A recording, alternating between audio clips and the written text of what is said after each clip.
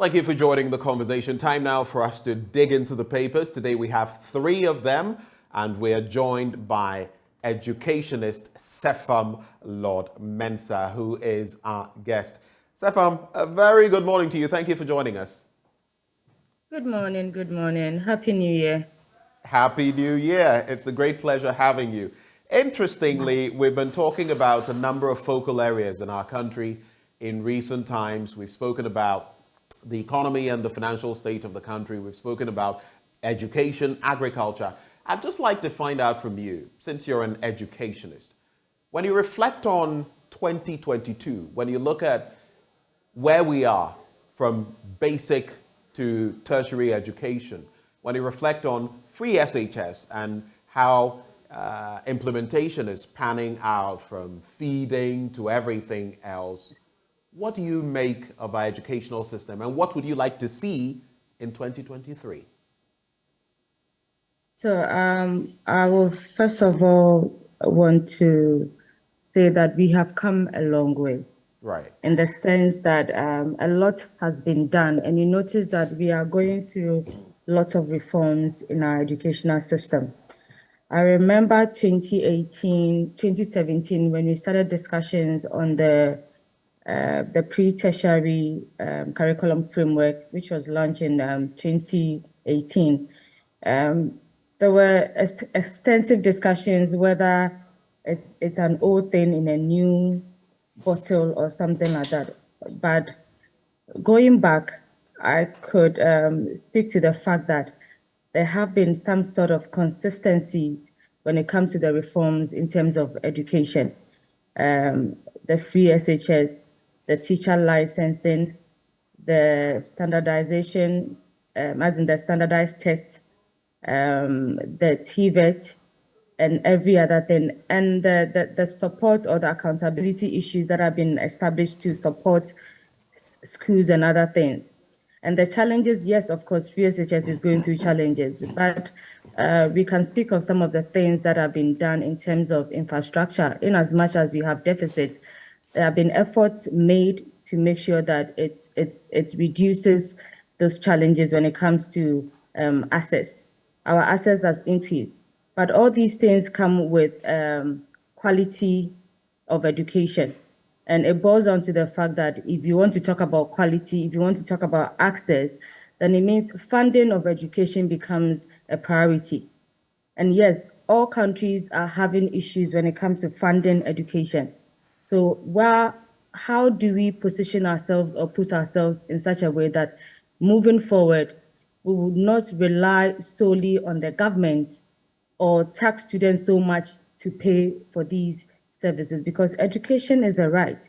And if it must be enjoyed by the populace or the majority, then the students should not be taxed too much to pay for these services or for education service. So yes, we might not be where we want to be, but we are making strides. Lots of reforms are going on. 1,001 reforms where we have the developmental partners or agencies assisting with most of these reforms that our educational system is going through. And just to maybe widen the scope of the conversation, I'm looking at a story on bbc.com, for example, and we'll wrap up our conversation with the online portals, which says Sri Lanka crisis forcing children out of school. And that is a situation that here too, on the back of COVID-19 and others, in some aspects of our basic education, we've seen the impact. But going back to free SHS, people talk about quality. They also talk about equity. And there's been talk in 2008 when Kenya started its free secondary school program. 23% was what those day students had to pay of the total fee. For the boarders, they had to pay everything. Government basically subsidized just a little. Are we getting quality from free SHS? And in terms of equity, those who can pay, those who have said that we can actually pay, government should give us the option of doing that. What is your take on that? And again, we keep reflecting on schools under trees across the country. Go to Gas South, go to the northern belt of the country, go to, practically every region has it. What is your quick take on this? Then we move away from education. So when we talk about quality, you and I know quality means different things to different people. However, in education, when we talk about quality, then we are trying to talk about the content of the education that we dish out to our citizens, the infrastructure-wise, the caliber of facilitators or instructors that engage the content, and how fluid the curriculum is. When I talk about the fluidity, meaning that it captures the dynamics or the changes that the nation or the country is going through. Are we able to inculcate all these things into our curriculum and implement them as quickly as we want them to go? Because it is the vehicle that would move everything that we want to see. If you want to see Ghana in 20 years to come being an agricultural industry, economy, or more of trade, it starts from the kind of education that we give to our people. So going back to these things, is our curriculum fluid? Yes, it is fluid. Is the implementation matching what is in the content? This is the challenge that I believe as a teacher that we are going through now. Because if resources are not matching up to what the content demands us to give, then we are going to be having issues. So I believe that you notice a lot of countries, including ours, when the COVID happened, threw more light on the inequalities in the system as to even in the public schools, those in the urban centers compared to the rural areas, the facilities that they were all enjoying, they were not the same. So the COVID came to throw light on all these inequalities or disparities that were existing in the system. So you notice that a lot is being done. When you look at the government budget allocation, education comes on top. But the question is, that budgetary allocation, what aspect of that money goes into infrastructure? What aspect goes into salaries and other things? Majority of these things are centered on what? The salaries. But are we giving more to building or expanding the infrastructure, training of more teachers, not just after passing out the 4 years? What other facilities do we have access to? These are the things I think we should be looking at. A lot is going on. Other countries are facing, even developed economies have reduced their allocation when it comes to education. How much more we, the developing ones, having issues in terms of health, having issues in terms of environmental problems, social and other things. So yes, it's not as we want it to be, but I think we should be making the efforts. We should put the phrase is what? Put our money where our mouth is. Right. So if you're having all these reforms, then the resources to push or to implement the reforms should be in place. The systems should implement the reforms should be in place. Taking back this, you notice that the 2018 curriculum framework touched on something on foundational learning. That is the numeracy and literacy, where the people should be able to read simple and understand simple sentences or engage in simple additions and subtractions so that that learner will be able to build upon to the next level. You notice that in 2015 and 2017, when they did the early year assessment for English and then mathematics, we were falling short of, I think, 70 and 73% for English and mathematics. So the framework captured these things so that moving forward, our schools would commit to how to reduce these percentages so that our learners or our people will be stationed or positioned in such a way that they will have the needed skills to be able to move forward.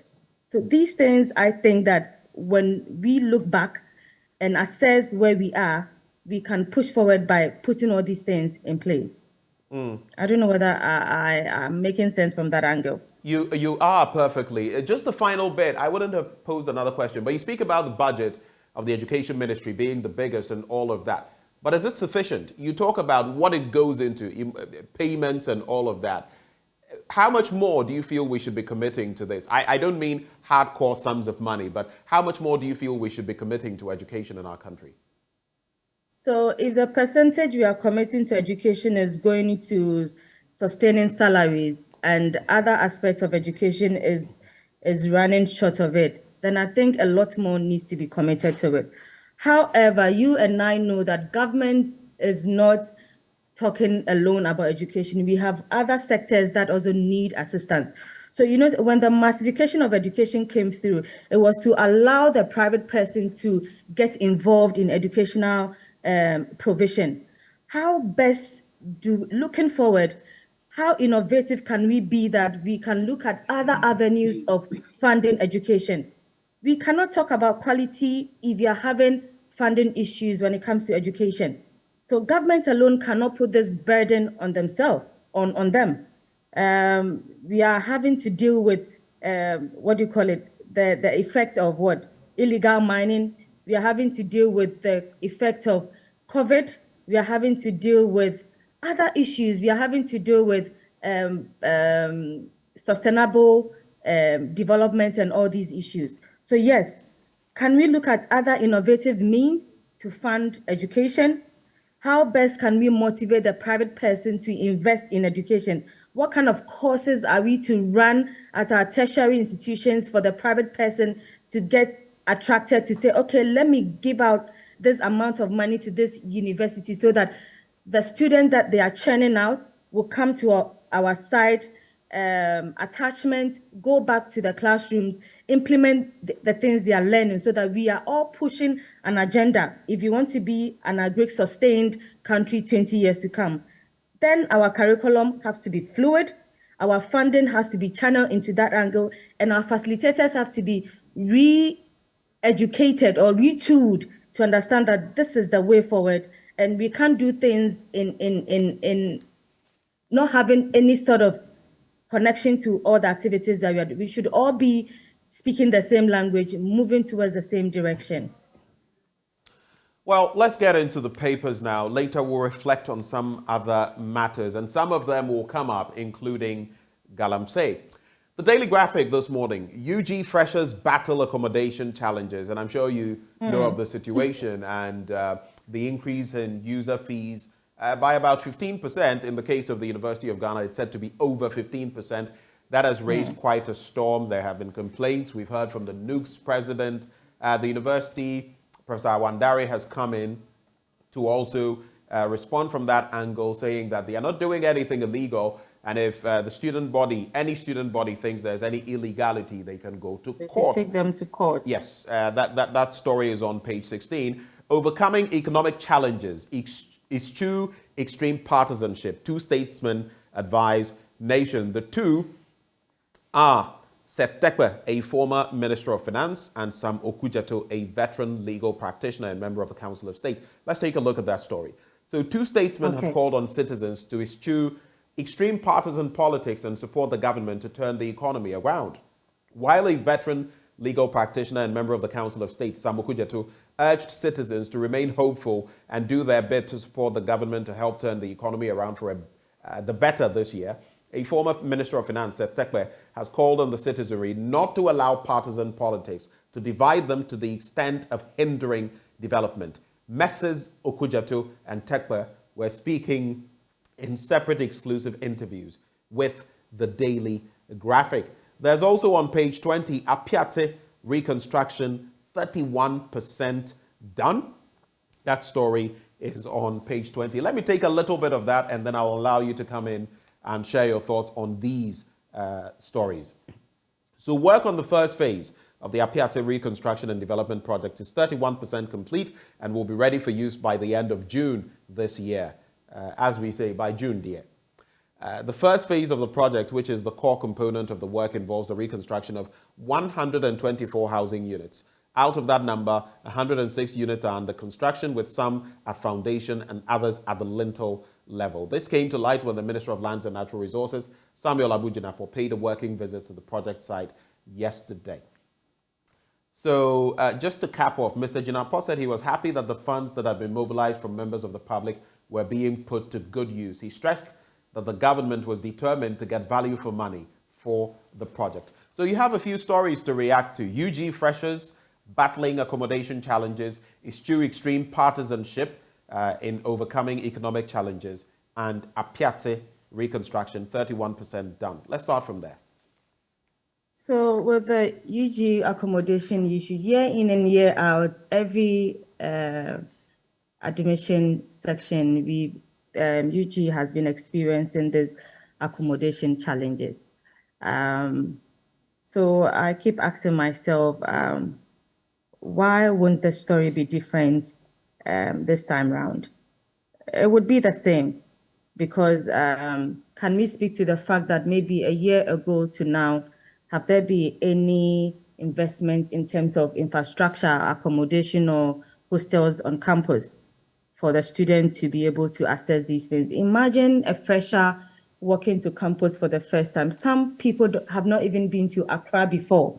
So their first call to Accra, to campus, and they have to go through the wahala, for better want of a word, to get accommodation is a challenge.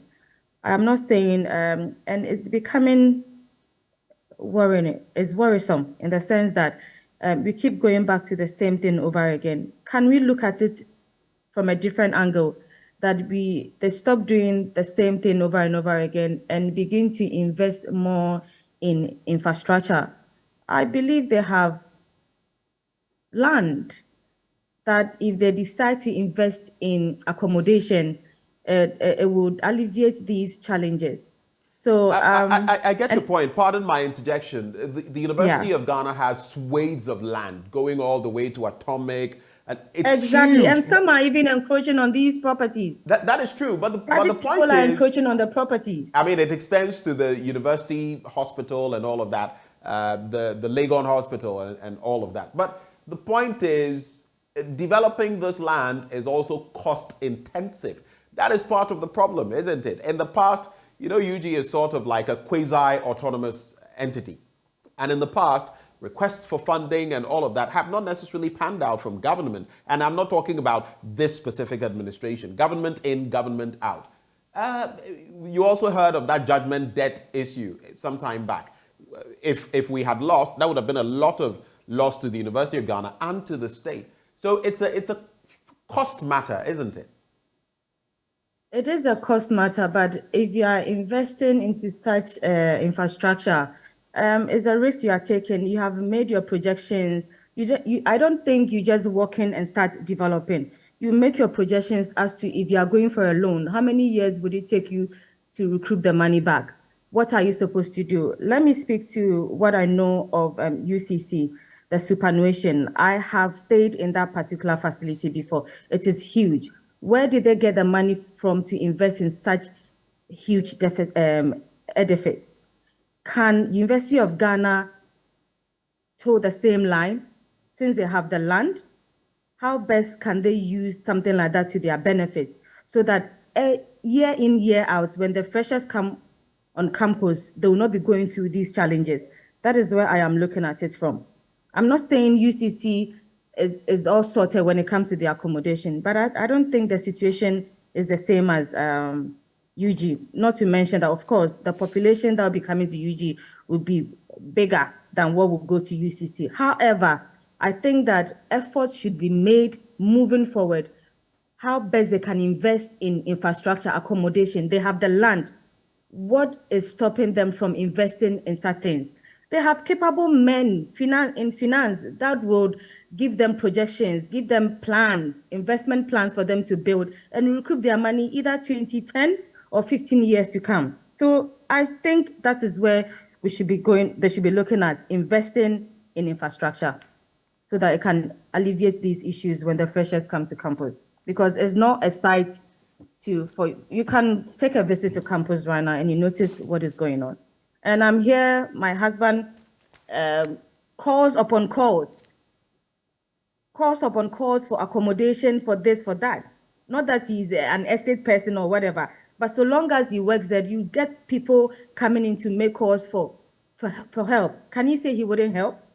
So he has to also resort to certain assistance from the colleagues if they can help. If they can't help, But I think moving forward, conscious effort has to be made. I'm sure they are making some already anyway. But let's see it on grounds. Is there any investment? How feasible can that be? If they have to reclaim some of their encroached lands and have edifice on so that freshers will have somewhere to lay their heads when they come to campus.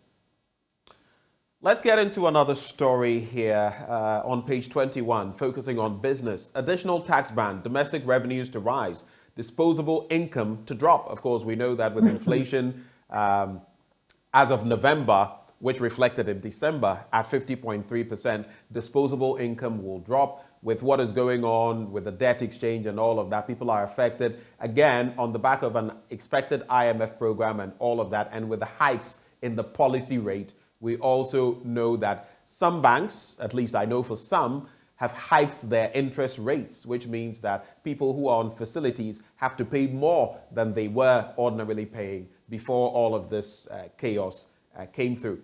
But the story by Charles Benoni Okain says, the country currently finds itself in a serious debt situation, a development which has prevented the government from accessing the international capital markets to borrow.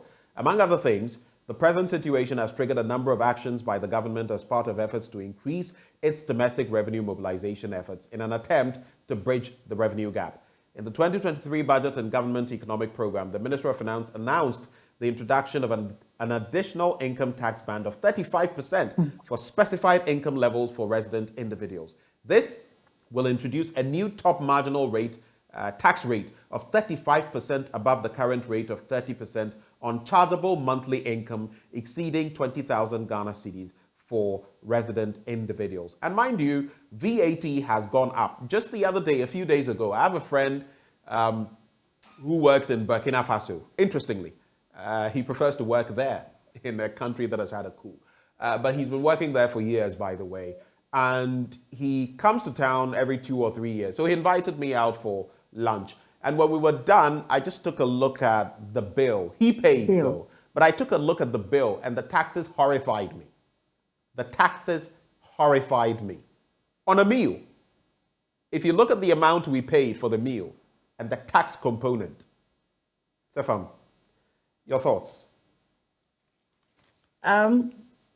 So I was having a discussion yesterday. I was going through something. Aside me being a teacher, I have passion for entrepreneurial, for better want of the word, adventures. I double up as a facilitator for Ghana Enterprise Agencies, where we train startups on entrepreneurship and other things. And to make my work more easier and understanding, I ventured into business myself, where I am into more of a cottage industry. And mind you, that industry is choke. I say choke in the sense that every hour, every day, you get new people, new brands coming into the market. I'm talking about the shuttle business. So the question is, if you want to stand out, there should be something unique about your products that when people see it from afar, it would attract them. And the content, what is also in it, also should speak for itself. And pricing of these things alone, when you mention the input cost of these items, most of them are seasonal. So if even the dollar rates, if you are talking about even the dollar going down for us to buy things, the seasonal aspect of the input of the items we use also affects the pricing of the items. So if we are putting all these tax again on things we consume here, it's more like we are robbing Peter to pay Paul. So you reduce the tax at a place and then increase it at a certain place. So we are back to the same point. Is Ghana one of the expensive countries to live in Africa? I think so. Domestic tourism. How come we can't even travel in our own countries and have a good time for 3 to 4 days? It is because of the cost implication. I don't know if you have taken the pain to go through the Christmas packages of these 4 to 5 star or 3-star hotels outside Accra. Most of them, they quote it in dollars. And the cost is outrageously high, and I don't blame them. because they need to factor in all these tax components you have mentioned. So you see, if they have to stay in business, not just making super profits, stay in business and be relevant, then they need to do something different and ensure that they can all pay their taxes back. So they compound or they add all these tax components to their cost of production or cost of services, and it becomes high. We can't fault them. You need to stay in business. Not to mention, if inflation is 50.3, and for example, if I have to increase my price and I'm doing only 20% across board, the question is the remaining 30 what? 30.3, where should I get it from? But because I want to stay in business and I'm trying to break through the market, I would have to limit myself to 20% so that those who are interested or want to change product would get to me and I still would retain them. But it's not as easy as we are talking about. A lot goes into it. People think that if the dollar rate comes down and you are bringing things and the price goes down, there are other factors that we need to consider when we are pricing. So to stay in business, things would continue to be expensive in this manner because of the tax component. Let's get into this final story I'll take from the Daily Graphic, pages 24 and 25. Akunta Mining not involved in illegal activities. And just pardon my being this emotive or emotional and expressive. Yesterday when I heard the story, I honestly thought it was not correct. I felt maybe there was some mischief in there until I saw the video. So here it is, middle spread of the paper. President Nana Addo Dankwa Akufo-Addo has absolved Akunta Mining from any wrongdoing, saying that the company was not involved in any activities anywhere, any illegal mining activities anywhere in the country. The president was addressing the Catholic Bishops' Conference and the 16th Biennial Congress of the National Union of Ghana Catholic Diocesan Priests Association in Koforidua in the Eastern Region last Tuesday. He said, quote, "Let me respond briefly to the chairperson on the issue of illegal mining. I want to assure him and all of you that Akunta Mining is not engaged in any illegal activities in any part of the country as we speak. Further, the Ministry of Lands and Natural Resources has, through the Forestry Commission and with the assistance of the military, cordoned off all 294 sites of forest reserves in the country and rid them of illegal mining as we speak." This morning, we shared a story about the youth of Samreboy who say they are not going to tolerate any illegal mining in their area tied to this matter. But for me, what I found shocking was the fact that even if this has to be said, and mind you, the special prosecutor is investigating the matter, why would Mr. President come out and almost give a sort of verdict on the matter when the OSP is looking into the matter? I don't know. What are your thoughts? So you're not the only person emotional about this illegal mining stuff.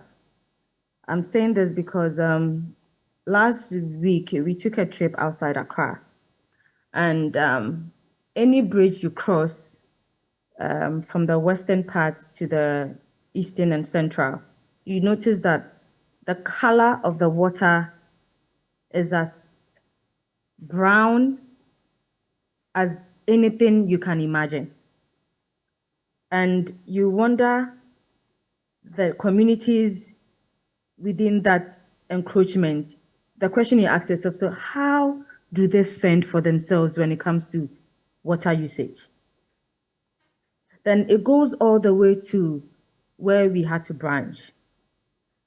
And the whole idea of all of us speaking about illegal mining or sustainable mining or responsible mining is to leave a legacy for the future or for the generations to come. However, the rate at which we are going with everything and the decisions we are taking, my dear brother, I am sorry to say that if you continue like this, there'll be nothing left for our children to come and even work on. So it is not a matter of using jargons or semantics to polish or to suppress, for better want of the word, to suppress certain things that people would express. going back, the community leaders, the chiefs, the municipal executives, the assemblymen and all these things, what activities are they involved in that somebody from Accra could just walk in onto their land and start mining with an excuse that they have a permit to do so? Ghana, as I know, we have committed ourselves to environmental agencies and commitment to what? To ensure that we do the right thing, responsible and sustainable activities, including the banks that are giving facilities for these companies to run their activities. Are we all doing the right thing, the due diligence as in checking what we are supposed to check to ensure that we are not involved in illegalities that will affect our generations or our future? So it is not a matter of we putting statements out there that it would, for better want of a word, reduce the impact or the issues that we are supposed to speak to. I listened to one of is a coalition for illegal galamsey saying that the last phrase of the president says, as we speak now, meaning that Yes, all the things that have been done. That's what he said, as we speak. So what about what was done in the past? Yeah, all the things that have been done, they have been acknowledged. However, as we speak now, there's nothing illegal going on. Our concentration should not be on just as we speak now. Our concentration, I believe, is that we should go back to the things that have been done from for the past 6 years that we have started this war against illegal galamsey. You watch videos and people are being taken away from their homes as if they are rats, for better want of the word. That they dig around them and they have no rights. They only have to what? Exit the place for the people to mine. Mining close to communities, villages, schools. We saw the videos. You and I is destroying people's farms, taking them over by force, digging under buildings. The question again I would have to ask all of us is this responsible activity? Are we safeguarding the future for our children, generations to follow after us? Are we having a successive plan? And I'm sorry to say that if you continue like this, it is not about using jargons. It's not about defending statements. It is about taking responsible actions and saying that moving forward, there should be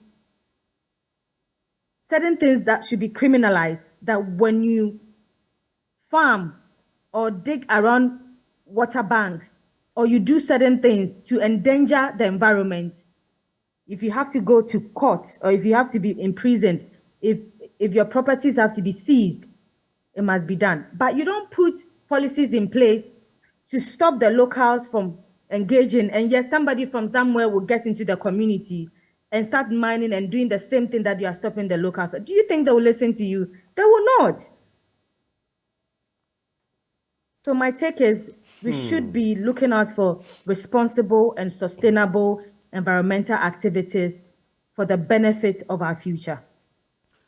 The last story, import duties up by 15% after reversal of benchmark discount. That story reflecting the fact that this means customs valuations for the purposes of duties and taxes will now be based on free on board, that is FOB values submitted by importers. For instance, an importer of aluminium profiles for doors and window frames who paid 164,000 Ghana cedis last week when the discount was in place has now been given a duty of 190,000 Ghana cedis. That's the final story I'll look at in the Daily Graphic newspaper. At the Ghanaian Times, 48 alleged terrorists missing. That's a question. Police Immigration Service in blame game over their whereabouts. Police arrest 3 suspects in Kaswa Mumu robbery case. We'll defend ourselves if poachers continue to shoot us, Forestry Commission.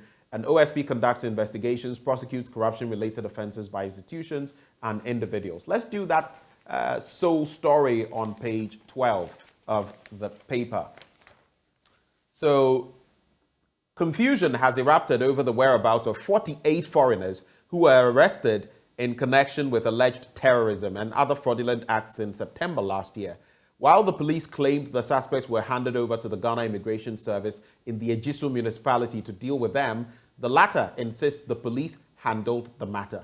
A police source at the Ejisu Divisional Police Command told the Ghanaian Times in a follow-up exercise that the operation to arrest the suspects was carried out by the Ghana Immigration Service. But the Ejisu commander of the GIS, Deputy Superintendent of Immigration, Alfred Niboy Lati, when contacted on phone, also claimed the suspects were dealt with by the police. This country will never cease to amaze me. Your thoughts? So when you travel abroad or we travel anywhere, before you enter the country, you are given forms to fill. So they're more of a check and a track. So when you overstay, they are aware that you are still in the country and you'll be penalized the next trip you take. And especially when it comes to issues in terms of, should I say illegality or something like that, where the immigration is involved, the police is involved and other things.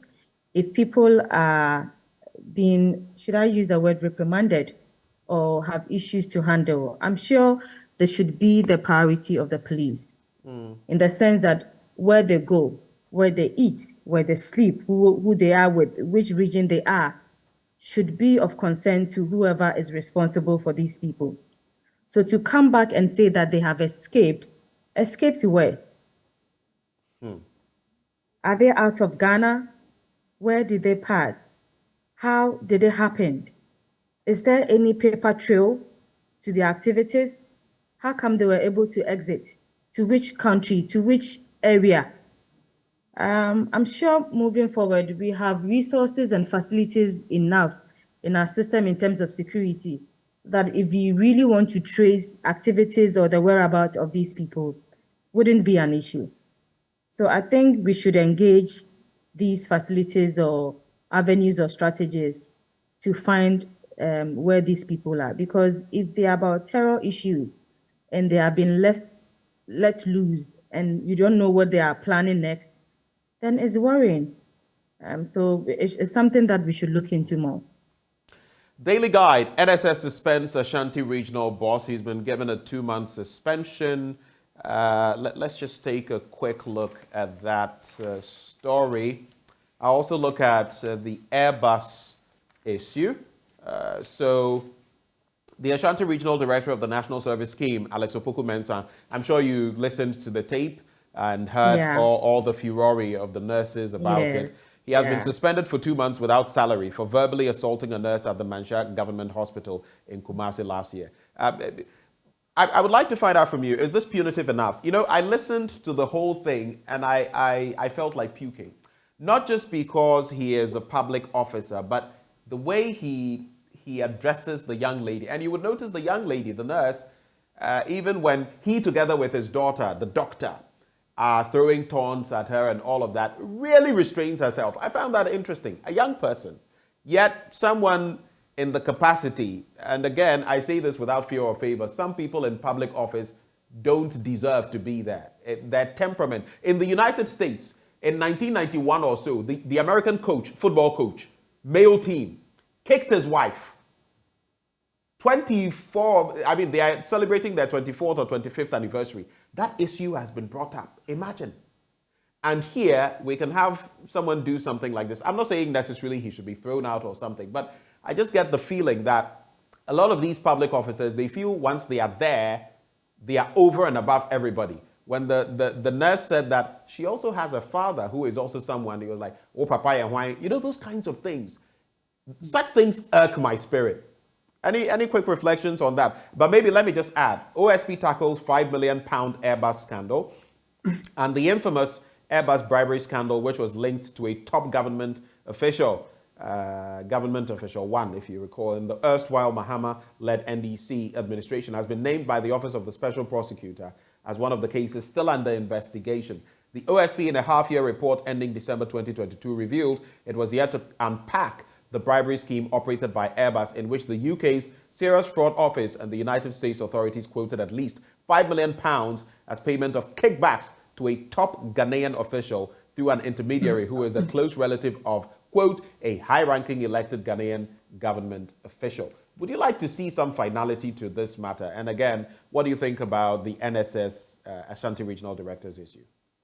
So the NSS issue, it's, what should I, as a parent, so this is where we say two wrongs can never make a right. So let's even take it that your daughter as a medical doctor went through some form of bullying at work. And she has reported the case to you as a parent. And being a director in one of the government institutions and other things, I believe there were better ways of handling the entire issue instead of you going there in person to face the nurse. So yes, he has been suspended. I believe suspension for further investigations to go on, and later dates, a final decision will be taken on him. I don't know about these issues. But gone were the days, this could have been swept under the carpet and nobody will bother about it. But an effort like this, I think, in as much as it's not sufficient, it should be encouraged that directors of agencies or heads of institutions don't have that prerogative to go into another person's jurisdiction or sector and hoard over or behave as if because they are directors at certain places, they have the power to, for better want of the word again, to misbehave or to say certain things to make a case. So yes, I would say that it's not sufficient. But you and I know some years back, this wouldn't have made news. But the fact that it's making news, and I guess the fact also is social media, and the fact that now you're doing something, someone records you, puts it out there. And, exactly. And there's no choice. Exactly. So it is the public speaking to these issues and bringing them on board, more of public prosecution or something like that, that would cause the directors or those in power or authority to do something about it. So yeah, it's a way forward. It's a step in the right direction, in as much as it's not sufficient, or most of us believe that it should be more serious or intense as compared to what he has been given. Stefan, thank you so much for joining us this morning. This is where we're going to have to cap it off. It's been really refreshing having you join us this morning. I wish you the best of the day. You too. All right. And that is Stefan Lord-Mensah, an educationist. She joined us for this morning's review. Hopefully you enjoyed it. But up next, we have another serving of sports. It's another package we've put together for you for your viewing pleasure. Do stay.